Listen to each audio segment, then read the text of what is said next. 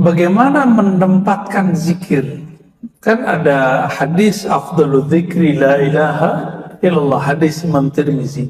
Zikir paling afdal adalah la ilaha illallah. Zikir itu terjemahan. Kalau saya nerjemahin nggak begitu.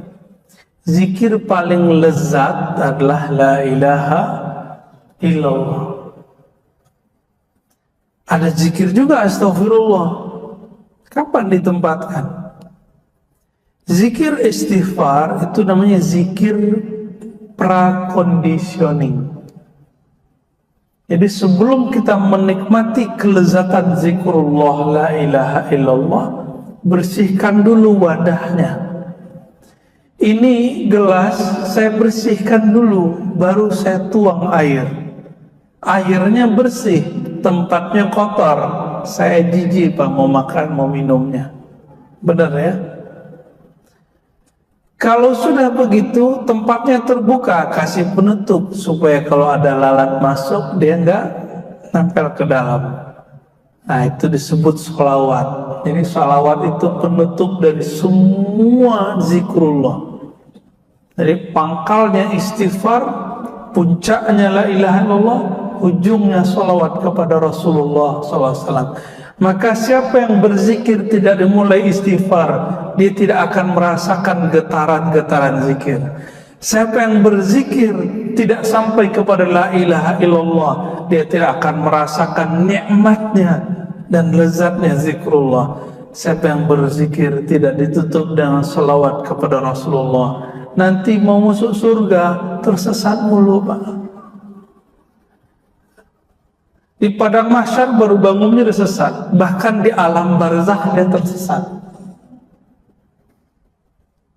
Jadi supaya gak tersesat bagaimana? Nah maka ada orang gak sabar, langsung aja deh kita salawat. Ya boleh juga. Kan banyak nih sekarang lagi banyak zikir-zikir salawat, tapi digunakan untuk nangkap jin. Salah penggunaan. Benar gak? Lagi menghadapi tukang sihir pakai salawat ya. Salawat itu mahar langit dan bumi. Ini istilah baru ya. Apa kata Nabi? Siapa yang berdiri dari satu majelis ya, walam yusalli alayya, dan tidak zikir kepadaku, maka baginya kerugian pada hari akhirat.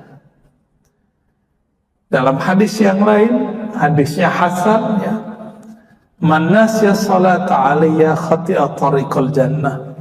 Siapa yang lupa salawat kepadaku, maka dia akan lupa jalan menuju surga. Khati'a, keliru. Mau Pak nanti keliru. Jadi nih saya kasih ijazahnya Pak ya. Al-wirdul asas dulu pernah kita kasih di sini. Namanya wirid asas.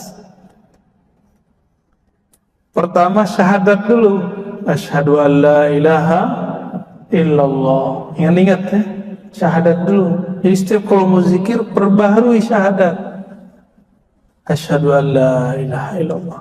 Asyhadu anna Muhammadar Rasulullah. Kalau perlu dimaknai, aku bersaksi tiada yang berhak disembah kecuali Allah, bahwa Nabi Muhammad itu utusan Allah. Beristighfar. Astaghfirullah. Nah, istighfarnya berapa Pak? 100 kali. Pelan-pelan aja. Bayangkan semua dosa yang kita lakukan. Satu-satu sebutin. Dosa mata sekian. Ada 7 anggota, ada 10 bagian di badan, masing-masing 10 dosa. Udah Pak, jadi 100 dia. Ya, inilah hakikat zikir Nabi. Beliau beristighfar setiap hari 100 kali. Bedanya beliau nggak punya dosa zahir, nggak punya dosa batin. Beliau menganggap kurang syukurnya sebagai dosa. Nabi itu sholat sebanyak-banyaknya. Kenapa? Beliau mengatakan, afala an akuna abdan syakura. Kenapa aku tidak boleh menjadi hamba yang bersyukur?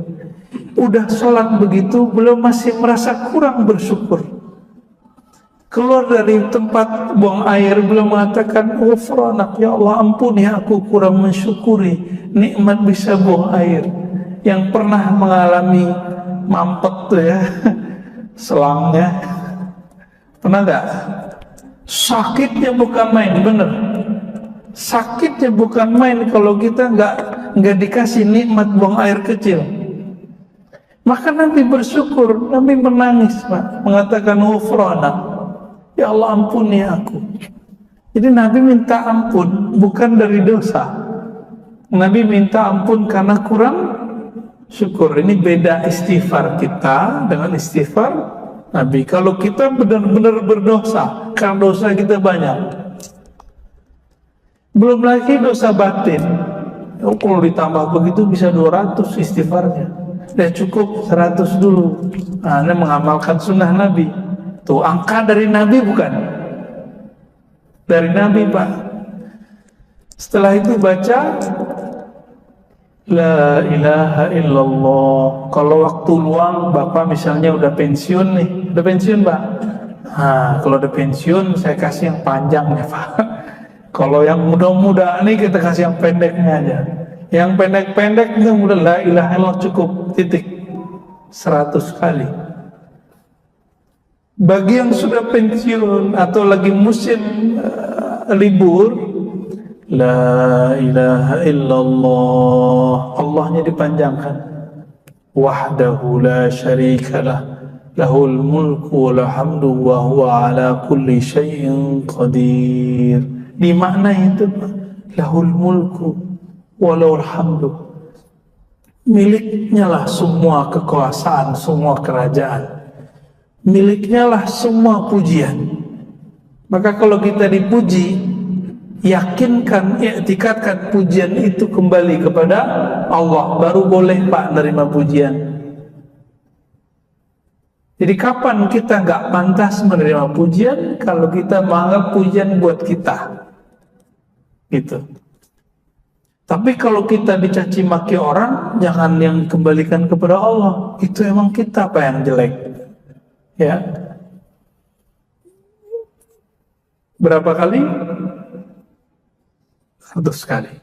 Beberapa masyayikh kita menambahkan, yuhyi wa yumitu wa huwa ala kulli syai'in, dia menghidupkan yang mati. Tapi di hadisnya begitu doang. La ilaha illallah wa la syarikalah, lahul mulku wal hamdu wa huwa ala kulli syai'in qadir. Dia berkuasa atas segala sesuatu. Ini dibaca, intinya ada di la ilaha illallah. Kalau Bapak nggak fokus di kalimat setelahnya, cukup baca la ilaha illallah. Berapa kali? 100 kali. Yang nggak sempat lagi duduk, habis sholat, buru-buru mau kerja, ya di motor, di mobil, boleh. Ya. Terus yang ketiga, karena semua zikir tanpa sholawat tidak sampai kepada Allah, maka wajib sholawat. Jadi sholawat itu bagi saya bukan sunat, Pak. Yang bilang sunat udah lewat, udah ya. Sholawat itu wajib hukumnya. Kenapa wajib? Bahkan lebih wajib dari sholat. Sholawat itu lebih wajib dari sholat. Kalau nggak ada sholawat, sholawat nggak naik. Kalau nggak ada sholawat, sholat tidak naik. Baru dengar antum ya, sholawat lebih wajib dari sholat. Bid'ah kan nih? Yang sering dibaca oleh imam, innallaha wa malaikatahu yusalluna 'alan nabi. Sesungguhnya Allah dan para malaikat bersalawat kepada Nabi. Wahai orang beriman, ya allazina amanu sallu alaihi wa sallimu taslima. Wahai orang beriman, kalau engkau percaya kepada Allah, percaya malaikat Allah, bersalawatlah kepadanya dan ucapkan salam rindumu. Allah sholat nggak, Pak? Sholat kayak kita nggak Allah? Saya mau nanya serius. Jawab dong. Allah sholat subuh nggak? Allah haji nggak? Allah zakat enggak? Enggak ya. Tapi Allah sholawat. Jika Allah bersolawat, maka sholawat itu apanya sholat? Sholawat itu adalah kendaraan sholat untuk naik ke hadirat Allah Subhanahu wa ta'ala. Kita nyebut naik bukan berarti Allah bertempat tinggi ya.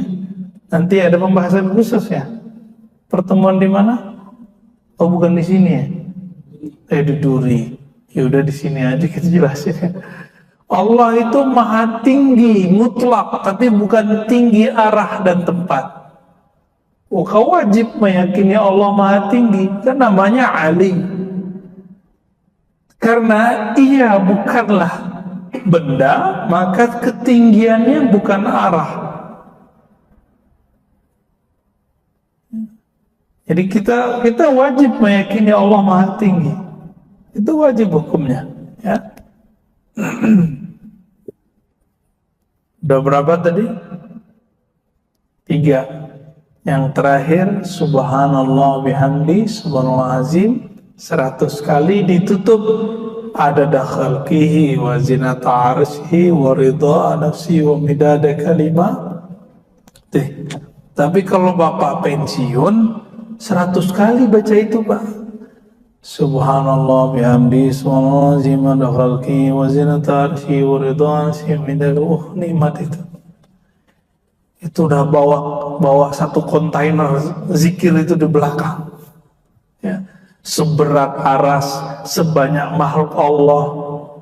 Pernah nimbang aras ya? Badan aja lupa nimbang, apalagi nimbang aras. Subhanallah bihamdi subhanallah seberat arasmu ya Allah. Aras itu meliputi langit dan bumi. Langit dan bumi tidak terlihat dibandingkan aras Allah. Kita bilang ya Allah, Engkau maha hebat seberat arasmu. Siapa yang tahu? Hanya Allah. Maka zikir ini namanya zikir bukan zikir. Az-zikru ala zikri, az-zikru fawqa zikri. Zikir tapi di atasnya zikir. Kalau belum sampai ke rasa itu, cukup zikir biasa aja dulu. Jadi kalau belum muncul nih rasa alam semesta berzikir, maka lebih afdal zikir subhanallah bihamdi subhanallah azim tanpa tambahan. Gitu sebenarnya secara ilmu qalbu ya.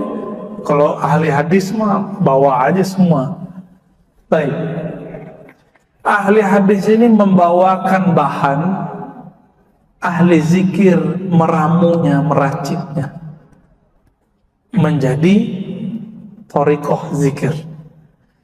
Ahli hadis bawa riwayat, ahli fikih meramunya menjadi hukum. Gitu Pak ya. Nah, sekarang muncul pemahaman ahli hadis itu sudah punya metode sendiri. Ini kekeliruan besar. Ahli hadis nggak bisa meramu sendiri kecuali dia ahli fikih, kecuali dia ahli zikir. Nggak ada ilmu yang mandiri di dunia. Semua ilmu saling berkaitan dan beririsan. Gimana? Udah 6:30. Kalau masih ada pertanyaan lain, tapi sebelum itu ini adalah pertanyaan dari ngambil estafet nih. Iya, fadal. tentang zikir juga. Bagi kita awam, mungkin kita mengambil zikir yang ada di Quran dan hadis yang pasti. Namun zikir yang dari para ulama yang sudah sangat meninggal, kita kan tak begitu tahu dengan kondisi zaman sekarang siapa yang bersangkutan. Yang pertanyaan saya, apakah kita termasuk bersalah andaikan kita dengar hanya dari online, dari TV atau dari selama umum di apa namanya, ya di forum yang kita tidak kenal, dan langsung berbicara dengan guru. Apakah itu masuk dengan bersanad? Iya bersanad tapi online. Sanad online. Sanad juga Pak. Anak kita sekolah online, sekolah offline, beda nggak hasilnya? Beda efeknya? Kalau sekolah online itu tengkar emak-emaknya dahsyat sekali. Ayo deh, adanya masih beda. Itu semua emak-emak mengalami hal itu. Ya, dia kira anaknya kok bodoh, padahal semua anak begitu. Di dalam diri kita, kalau kita ngaji online, Bapak akan berurusan dengan itu, Pak. Ini bener gak ya, bener gak ya, begitu. Itu berkelahinya dalam diri. Tapi kalau ketemu guru yang mumpuni, hilang semua itu. Karena dalil itu ada pada diri guru. Dalil yang hidup namanya guru yang bersanad. Dalil yang tertulis kitab. Ya. Jadi sebenarnya kalau ada guru kita bersanad itu lebih afdol daripada lembaran-lembaran kertas. Kertas ini kan mati Pak. Kertas-kertas zikir itu. Ada nyawa nggak kertas itu? Nggak ada. Yang ada nyawa si kolbu ulama ini. Karena dia punya nyawa, punya spirit, dia bisa mewariskan spiritnya kepada kita. Kalau buku kan nggak bisa. Masa kirim Fatihahnya ke kertas kan? Tidak kertas, tidak, nggak bisa. Online, bagaimana online? Ya, karena zaman ini ilmu mudah, maka orang sekarang bisa ngambil ilmu apa aja dengan mudah. Tapi saya ingatkan, kalau belum kenal gurunya, belum dapat izin darinya,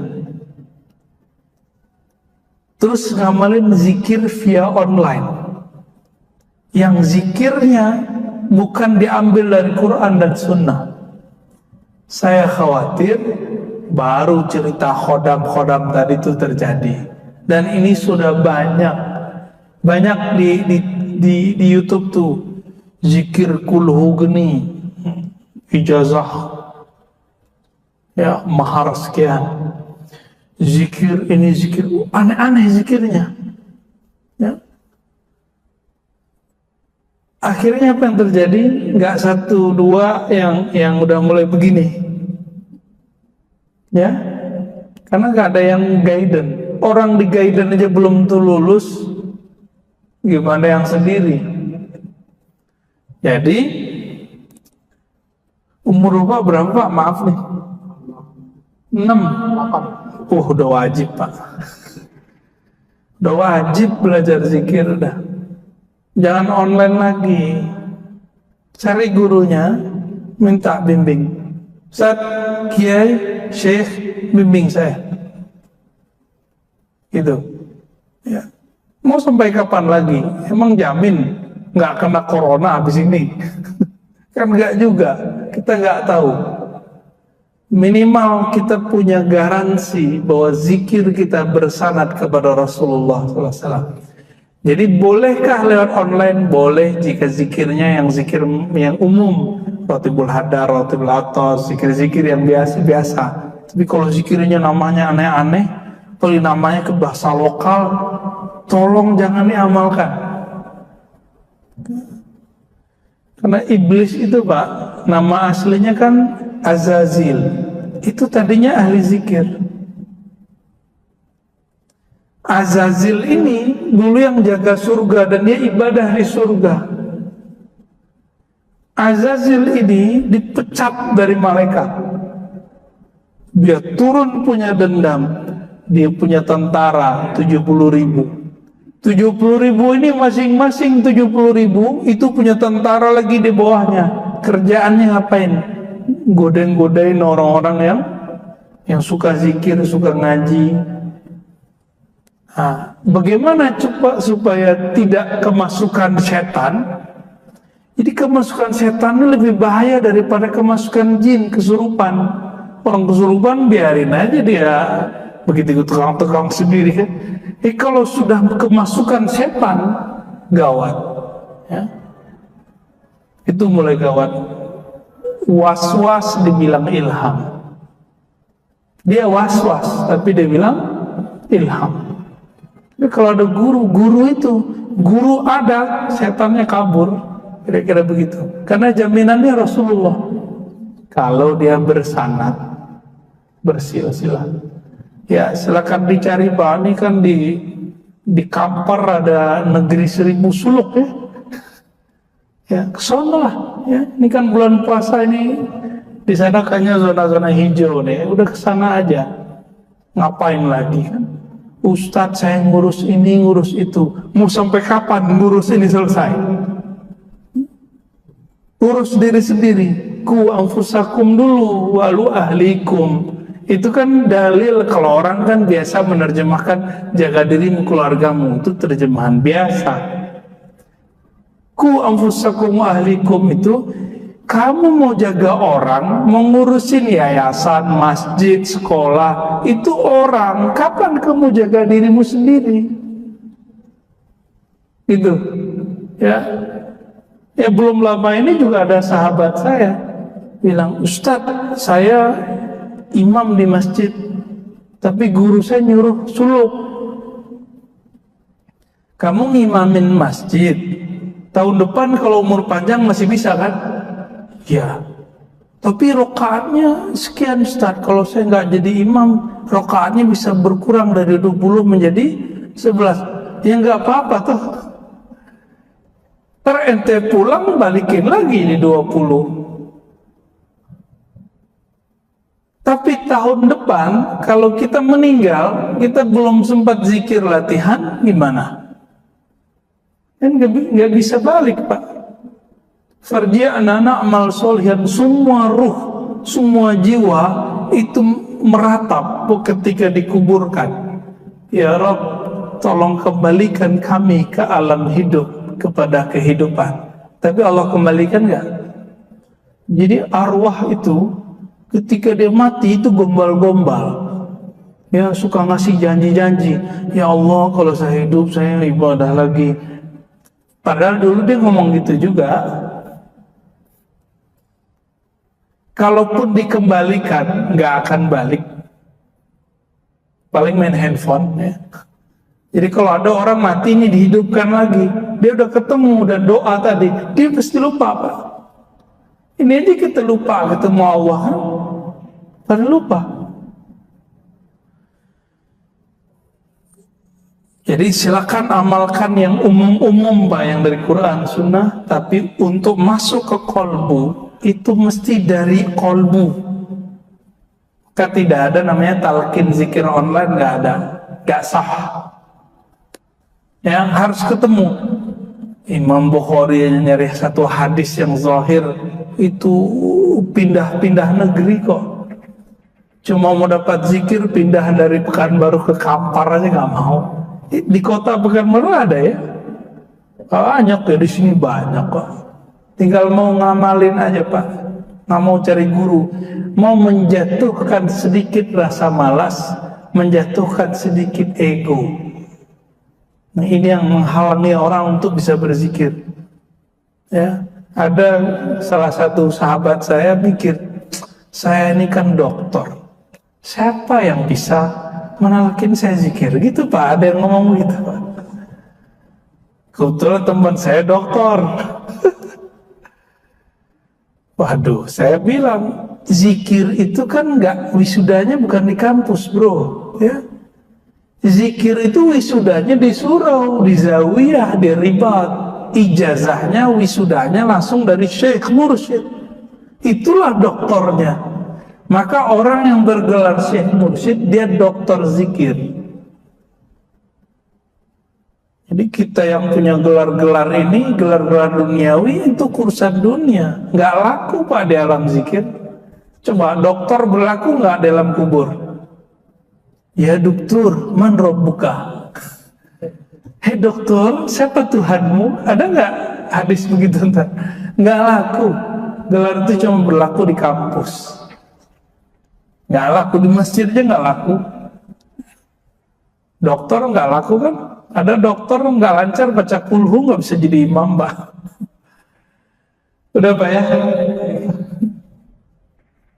Gimana? Udah.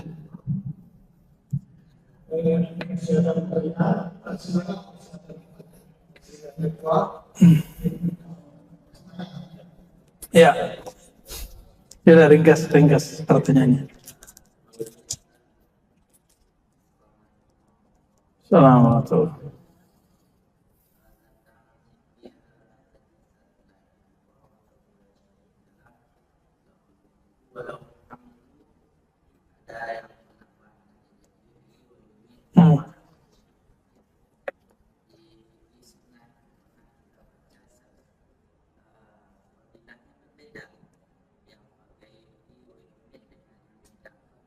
Hmm. Hmm.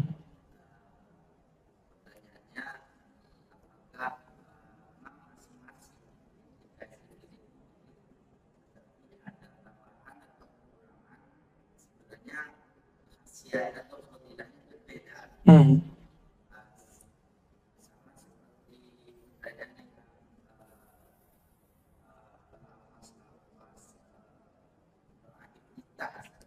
Hmm.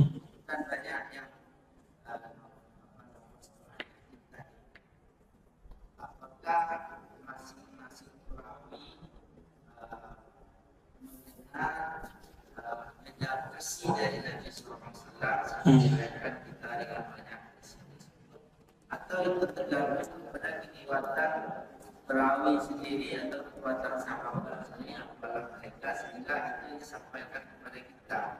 Sehingga kalau kita mengampungkannya itu semua boleh. Iya. Atau sebenarnya tidak boleh. Ini dibaca khusus niatnya jadilah yang satu lagi yang seperti ini yang ada lafaz tertentu atau yang tidak lafaz tertentu pertinanya beda lagi. Ya. Itu khasiatnya beda lagi. Baik. Ya, dua-duanya benar, Ustaz. Ya. Jadi Nabi kasih contoh, man qala la ilaha illallah wahdahu la syarika lah lahul mulku wal hamdu wa huwa ala kulli syai'in qadir. Lalu ada tambahan yuhyi wa yumiit. Al-ajru ala qadri ta'ab, begitu kaidahnya. Diambil dari hadis Abu Daud tentang kisah Sayyidah Aisyah. Rahasia dari ganjaran pahala itu berdasarkan kadar lelahnya orang beramal. Orang yang baca yuhyi wa yumiit lebih banyak gak usaha effortnya daripada yang gak pakai. Saya cuma baca la ilaha illallah, beda gak dengan yang nambah lahul mulku? Beda ya? Begitulah kira-kira. Maka imam kita, para imam kita sepakat, beda zikrullah, beda natijah zikir. Beda zikrullah, beda efek zikir. Maka zikir yang ada istighfarnya, astaghfirullah, dengan zikir yang cukup Rabbighfirli, itu beda efek di kolbu. Subhanallah bihamdi, subhanallah azim, itu beda dengan cuma sekedar subhanallah, itu beda. Ya. Rahasia-rahasia ini hanya bisa dimengerti oleh orang yang mau merasakannya. Maka ulama kita buat kaidah la yafhamuha illa man zaqaha. Tidak faham bab ini kecuali yang telah merasakannya. Jadi kalau nggak dijalani nggak ketemu. Jadi hadisnya itu emang digabung. Ini satu mazhab, yang satu lagi kalau hadis begitu aja, itu saklek. Yang benar manhajul jama'i, digabung. Ya, itu yang afdal. Maka Imam Nawawi mengatakan, jika kamu ketemu hadis lafaznya bagaimanapun, amalkanlah walaupun cuma sekali, bahkan itu pun dhaif, amalkan. Itu Imam Nawawi. Ya, silakan diamalkan dengan semua versinya. Ya, Kita juga di dalam sholat kita bisa boleh. dalam lafaz tahiyat. Saya kalau iftitah saya gabung antara wajahtu dengan Allahumma ba'id baini. Ya, biar jadi NU Muhammadiyah, Muhammadinu. Ya. Mungkin satu lagi terakhir dia akan mengobrol kata cara lain nanti. Mungkin satu lagi terakhir silakan. Ya.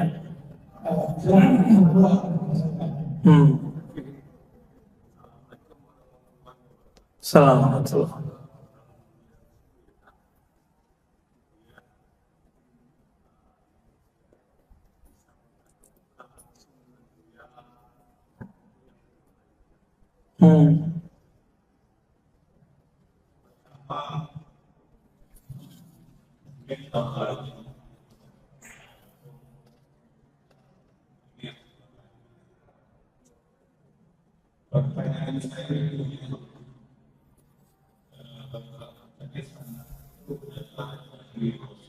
Sallallahu alaihi wasallam.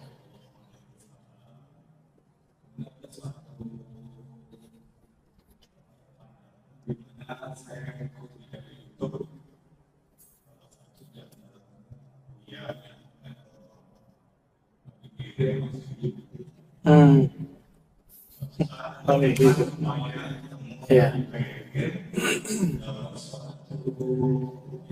Amalan. Iya, iya. Jadi ada temannya Bapak ketemu Nabi Khidir, terus dikasih zikir. Iya. Tahu dari mana dia itu Nabi Khidir? Ya dulu Pak. Ini bisa iya, bisa enggak. Ya. Ya.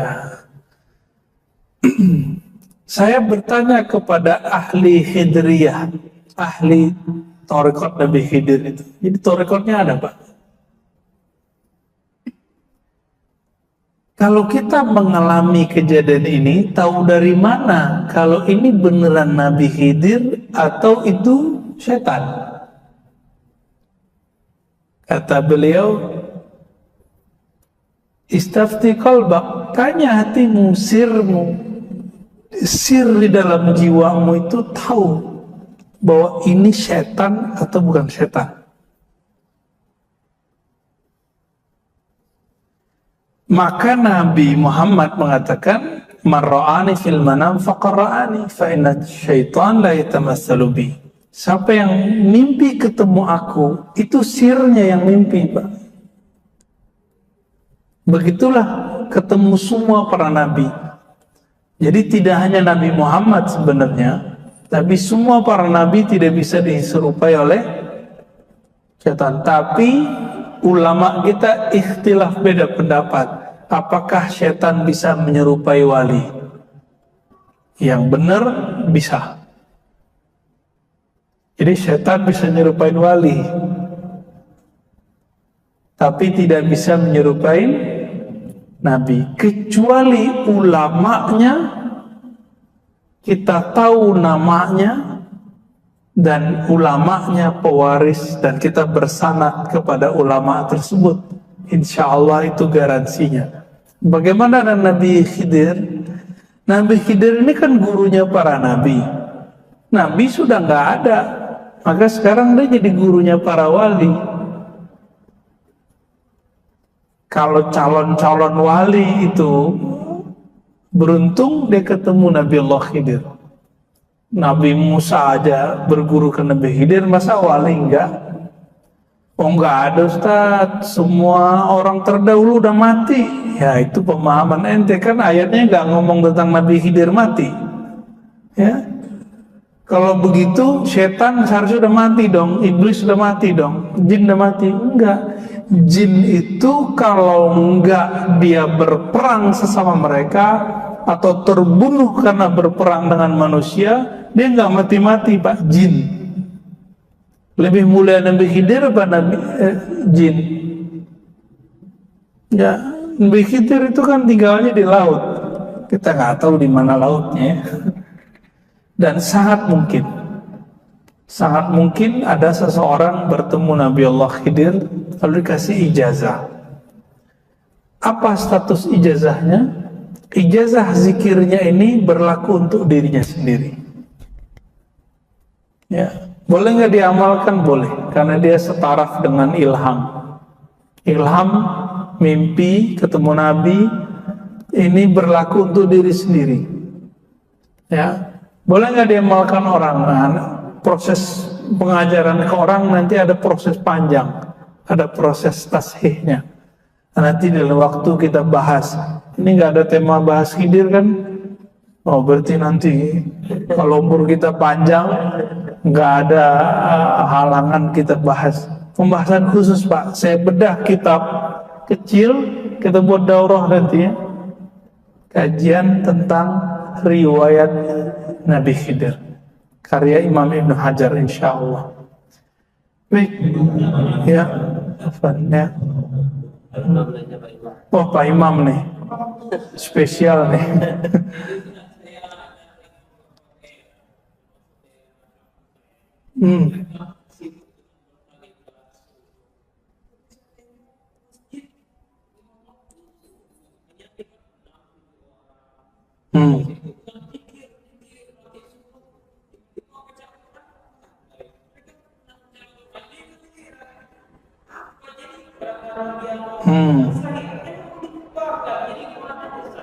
Itu salah tarekatnya atau salah dia? Ya, ada orang dibacain Quran kesurupan, salah Quran apa salah orang yang kesurupan? Di kampung Bapak, Pak Imam, orang bertorikot jarang ke masjid. Di kampung saya kebalikan.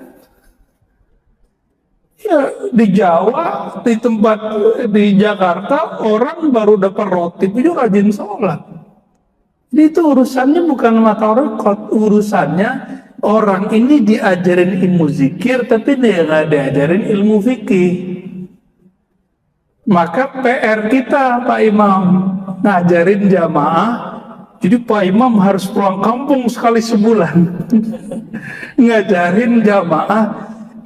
Jadi harus belajar zikir juga biar dia percaya bahwa Pak Imam ini bukan jamaah yang nyusup, bukan ustadz yang anti dengan mereka. Ini survei, saya kan dari kecil sudah hidup dengan mereka, kemudian baru ikut macam-macam aliran. Dan emang krisis fikih sejak kapan? Semenjak terjadi Gestapo itu dulu. Jadi ketika dulu masa PKI itu, Pak, kan nggak boleh orang ngumpul-ngumpul. Di masa Soeharto juga nggak boleh orang ngumpul. Baru belakangan akhirnya orang-orang ahli zikir yang dulu masjid musola surau itu adalah madrasah. Syekh mursyidnya jago baca kitab. Kalau nggak jago baca kitab, dia punya khalifah yang jago baca kitab.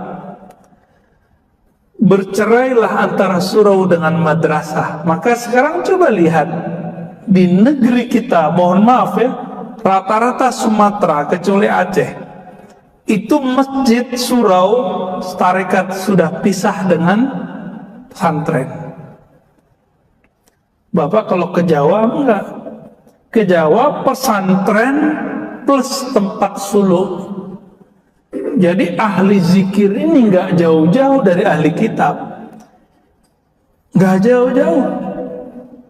Ini kurangnya kita, Pak. Ya, ngakulah antum punya ijazah macam-macam yang orang bertorikot, tapi ngaku aja bahwa kemampuan berdalil kurang.